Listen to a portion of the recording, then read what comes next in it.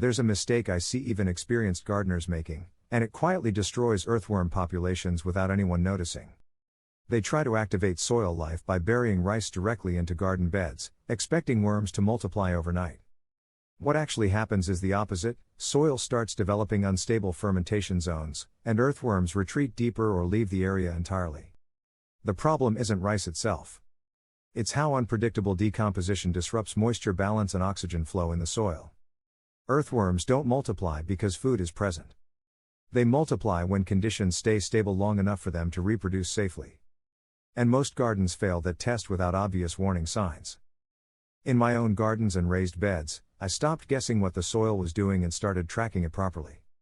I use a soil moisture meter for plants, a 4-in-1 TDR tester that checks moisture, temperature, and light levels across different soil zones. I'll leave the exact one I use in the description if you want to check it out. https://amazon.to/4evolved. What this tool revealed to me was simple but critical: most soil is uneven. One area stays too dry while another stays too wet, even in the same bed. And that unevenness is exactly what keeps earthworms from multiplying evenly. Once you start seeing real moisture patterns, you realize something most gardeners miss: worms don't respond to fertile soil as much as they respond to stable soil. Why rice doesn't behave the way gardeners think it does. People assume that adding rice creates food for worms, but what actually happens is uncontrolled microbial activity. If rice is buried directly in soil, especially in warm or compact conditions, it breaks down anaerobically. That means fermentation instead of clean decomposition. And earthworms avoid anaerobic pockets. They rely on oxygen-rich environments. So instead of attracting worms, you create zones they actively escape from. In one of my raised beds, I tested this by placing cooked rice in a small section while keeping another section compost-fed but stable. Within days, the rice section became softer and warmer, but worm activity dropped. The compost section with stable moisture around 30 to 40% showed consistent worm trails and feeding activity. Same garden, different biology. That's the key insight most advice ignores: earthworms respond more to environmental stability than to raw organic input. The rice trick that actually works when done correctly. Now here's where the rice method can be useful, but only under controlled conditions. Rice works as a microbial booster, not a direct worm attractant. That distinction matters.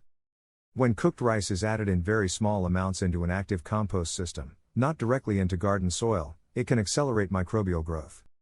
But only if moisture stays consistent and oxygen is available. Otherwise, it becomes a fermentation hotspot instead of a biological boost. When I use it properly, I mix rice with dry carbon materials like shredded leaves, cardboard, or dry grass. I keep moisture balanced, not soggy, around 40 to 55% in compost systems. At that level, decomposition is steady, not explosive. And when decomposition is steady, worms naturally follow the microbial activity into the system. If you skip that balance step, you don't get fertility, you get rot. What actually controls earthworm multiplication? If you want earthworms to multiply naturally, stop focusing on what you add and start focusing on what you maintain. There are 3 conditions that matter more than anything else: moisture stability, oxygen flow, and temperature consistency. Moisture stability is the biggest one. Earthworms can survive dry or wet periods, but they don't reproduce well when conditions swing back and forth. If one part of your bed dries out daily while another stays saturated, worms won't establish breeding zones. Oxygen flow is equally important. Compacted soil or waterlogged areas reduce air pockets. Without oxygen, worms either move away or go inactive. Temperature consistency matters because worms slow down reproduction when the soil fluctuates too much during the day. Stable shaded beds tend to outperform exposed ones even if both have the same nutrients. When I started tracking these conditions with the soil moisture meter, I noticed something very clear: worms cluster where moisture stays consistent, not necessarily where compost is richest. The correction most gardeners need to hear. Most gardening advice tells you to keep adding more organic matter, more compost, more manure, more inputs. But soil biology doesn't respond to volume. It responds to balance. If you overload soil with organic material but ignore moisture and airflow, you actually slow down biological activity. Earthworms don't want excess food in unstable conditions. They want predictable environments where they can safely live and reproduce. That's why some gardens look rich on the surface but remain biologically weak underneath. The inputs are there, but the system is unstable. When you fix that stability, everything changes. Soil becomes crumbly instead of compacted. Roots grow deeper instead of circling. And earthworm tunnels start forming naturally across the bed. Final thought on real soil fertility: earthworms are not attracted by tricks. They are indicators of balance. If they are multiplying, your soil is functioning as a living system. If they are disappearing, something in the environment is unstable. The rice trick only works when it supports that balance, not when it replaces it. If you want to take your soil seriously, stop chasing shortcuts and start observing conditions. Tools like the soil moisture meter help you see what's actually happening below the surface so you can manage your garden instead of guessing.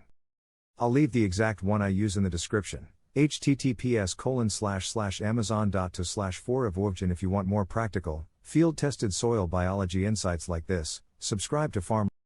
Because once you understand what's happening under your feet, gardening stops being guesswork and starts becoming a system you can actually control.